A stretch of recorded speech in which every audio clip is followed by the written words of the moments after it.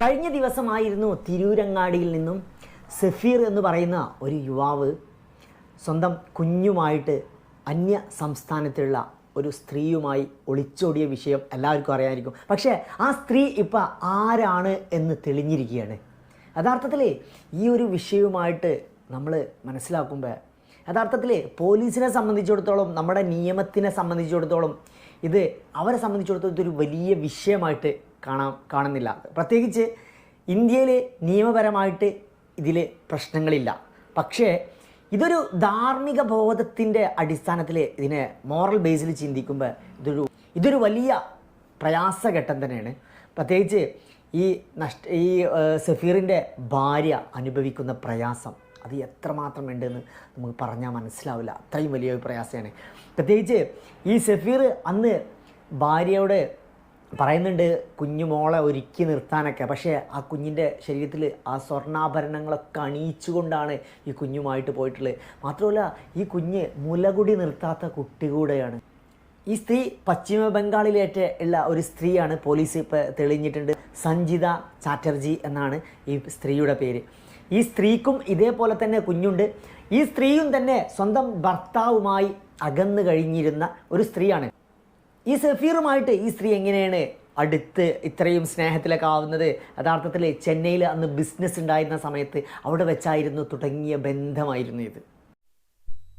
അപ്പോൾ പോലീസിനെ സംബന്ധിച്ചിടത്തോളം പോലീസിന് ഈ ഇത് അന്ന് അന്വേഷിക്കേണ്ട വിധത്തിൽ അന്വേഷിക്കുന്നുണ്ടാവാം. പക്ഷേ എന്നിരുന്നാലും പോലീസിനെ സംബന്ധിച്ചിടത്തോളം ഇന്ത്യൻ നിയമവുമായി ബന്ധപ്പെടുന്ന സമയത്ത് ഇന്ത്യയിലെ നിയമങ്ങളെല്ലാം ഇത്തരത്തിലുള്ള നിയമങ്ങളൊക്കെ കുറേ മാറ്റങ്ങളൊക്കെ വരുത്തിയല്ലോ. അപ്പോൾ ആ ഒരു ഇത് ബേസ് ചെയ്ത് നോക്കുമ്പോൾ ഇതൊരു നിയമപരമായിട്ട് ഇതൊരു ഇതല്ല. അതുകൊണ്ട് തന്നെ പോലീസ് അതിൻ്റെ അന്വേഷണങ്ങളൊക്കെ ആ ഒരു രീതിയിലായിരിക്കും പോവുക. പ്രത്യേകിച്ച് മാത്രമല്ല സഫീർ കൊണ്ടുപോയിട്ടുള്ളത് സ്വന്തം മകളുമായിട്ടാണ്, ആ സ്ത്രീയുടെ കുഞ്ഞുമായിട്ടാണ്.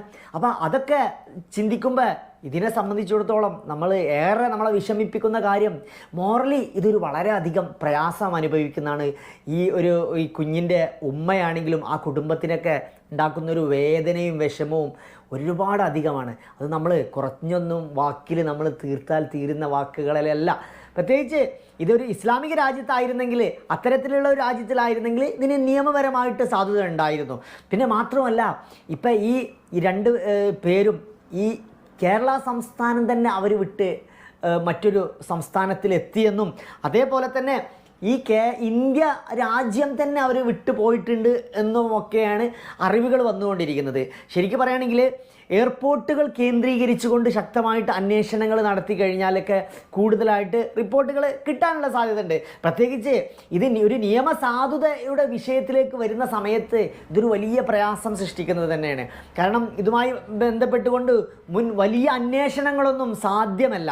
പ്രത്യേകിച്ച് സ്വന്തം മകളുമായിട്ടാണ് സഫീർ പോയിട്ടുള്ളത്, സഞ്ജിത ചാറ്റർജി പോയിട്ടുള്ളത് അവളുടെ മകളുമായിട്ടാണ്.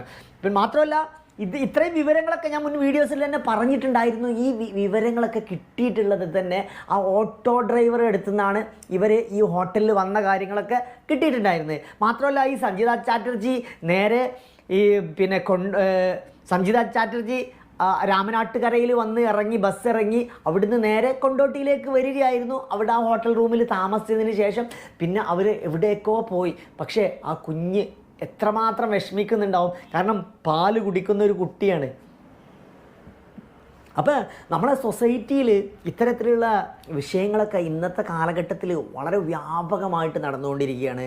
അവിഹിത ബന്ധങ്ങൾ, ഇത്തരത്തിൽ പലപ്പോഴും ഭാര്യ ഭർത്താവിനെ പറ്റിച്ചു പോവുക, ഭർത്താവ് ഭാര്യയെ പറ്റിച്ചു പോവുക, ഇത്തരം സാഹചര്യങ്ങൾ ഇന്നത്തെ കാലഘട്ടത്തിൽ ഒരുപാട്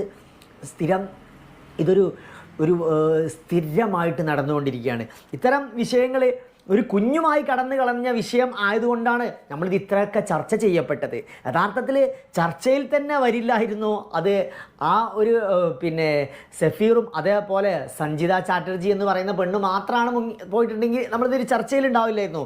പക്ഷേ ഇവിടെയൊക്കെ നമ്മൾ ചിന്തിക്കുന്ന കാര്യം എന്താണെന്ന് ചോദിച്ചാൽ, ഒരു പക്ഷേ ഇനി ഈ സഫീറും അതേപോലെ സഫീറിൻ്റെ ഭാര്യയും തമ്മിൽ എന്തെങ്കിലും പരസ്പരം തമ്മിലുള്ള അകൽച്ച ഉണ്ടായിരുന്നോ, അതേപോലെ അതേപോലെ തന്നെ ഈ സഞ്ജിത ചാറ്റർജിയും അവരുടെ ഭർത്താവും തമ്മിൽ ഒരുപാട് അകൽച്ചയുണ്ടായിരുന്നു എന്നാണ് അറിയപ്പെടുന്നത്. അപ്പോൾ അതുകൊണ്ട് തന്നെ ആയിരുന്നു, കാരണം എപ്പോഴും നമ്മളെ ഇണയുമായിട്ടും നമ്മളെ ഈ സൊസൈറ്റിയിലുള്ള ഏറ്റവും വലിയൊരു വിഷയമാണ്. ഇതിൽ നിന്ന് നമ്മൾ മനസ്സിലാക്കേണ്ട ഒരു വലിയ പാഠമുണ്ട്. അതായത് നമ്മളെ ഈ സൊസൈറ്റിയിലുള്ള നമുക്ക് പല സമയങ്ങളിലും നമ്മൾ എപ്പോഴും നമ്മളെ ഇണയോടാണെങ്കിലും നമ്മളെ മക്കളോടാണെങ്കിലും കൂടുതൽ ക്ലോസ് ആയിട്ട് നിൽക്കാൻ ശ്രമിക്കുക. പലപ്പോഴും നമ്മളെ ഭാര്യമാരോടും അല്ലെങ്കിൽ നമ്മളെ ഭർത്താവിന് ഭാര്യയോടൊന്നും സംസാരിക്കാനും ഇതിനൊന്നും സമയമില്ല. എപ്പോഴും നമ്മളെ ബിസിനസ്സും നമ്മളെ ജോലിയും അതേപോലെ അതൊക്കെ കഴിഞ്ഞ് വന്നാൽ നമ്മളെ മൊബൈലിലൊക്കെ ആയിട്ട് നമ്മളിങ്ങനെ എൻഗേജായി മാറുകയാണ്.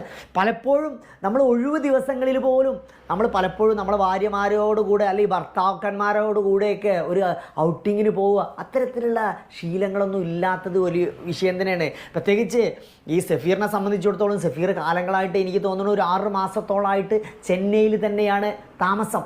അപ്പോൾ ഈ ചെന്നൈയിൽ നിന്ന് ഇടയ്ക്കിടയ്ക്ക് ഭാര്യയുമായിട്ട് ഇവിടെ വരാറുണ്ടായിരുന്നോ? അല്ലെങ്കിൽ ഇത്തരം സാഹചര്യങ്ങളിലൊക്കെ നമ്മൾ ഭർത്താവ് ജോലി ചെയ്യുന്ന ഒരു ദൂര സ്ഥലത്താണെങ്കിൽ നമ്മൾ മാക്സിമം അത് ഭാര്യമാരെന്നെ കണ്ടറിഞ്ഞിട്ട് ഭർത്താവിൻ്റെ കൂടെ നിന്നിട്ട് ഭർത്താവിനെ എപ്പോഴും എന്താ അറിയോ, സ്നേഹം ആര് കൊടുക്കുന്നോ ആ സ്നേഹം എവിടെ കുറവ് വരുന്നോ ആ സ്നേഹം അവിടെ ഫില്ലാവുന്നതാണ് യഥാർത്ഥത്തിൽ സംഭവിക്കുന്നത്. ഇത് മോറൽ ബേസിൽ ചിന്തിക്കുമ്പോൾ വളരെയധികം വിഷമിപ്പിക്കുന്ന കാര്യമാണ്. പ്രത്യേകിച്ച് ഈ കുഞ്ഞിൻ്റെ കാര്യം ആലോചിക്കുമ്പോഴാണ് നമുക്ക് ഏറ്റവും കൂടുതൽ വിഷമമുള്ളത്. പ്രത്യേകിച്ച് ആ ദിവസം ആ കുഞ്ഞിന് പനി വരെ ഉണ്ടായിരുന്നു എന്നാണ് അറിയാൻ കഴിഞ്ഞത്. അപ്പോൾ ഇതുമായിട്ട് ഇത്തരത്തിൽ സാഹചര്യങ്ങളൊക്കെ ഈ സൊസൈറ്റിയിൽ നമ്മൾ ഒരുപാട് നടന്നുകൊണ്ടിരിക്കുന്നത്. അപ്പോൾ ഇതിൻ്റെയൊക്കെ പ്രധാന ഒരു കാരണം പരസ്പരം സ്നേഹവും പരസ്പരം വിശ്വാസവും ഇല്ലാത്ത കാലഘട്ടത്തോളം ഇത്തരം സാഹചര്യങ്ങളൊക്കെ വീണ്ടും വീണ്ടും വന്നുകൊണ്ടിരിക്കും. ഇതിന് നമ്മൾ ഇന്നത്തെ ഈ സൊസൈറ്റി ഇതിൽ നിന്ന് പഠിക്കേണ്ട എന്താ അറിയോ, നമ്മളെപ്പോഴും നമ്മളെ പ്രിയപ്പെട്ടവരെ നമ്മൾ കൂടുതലായിട്ട് സ്നേഹിക്കാൻ ശ്രമിക്കുക.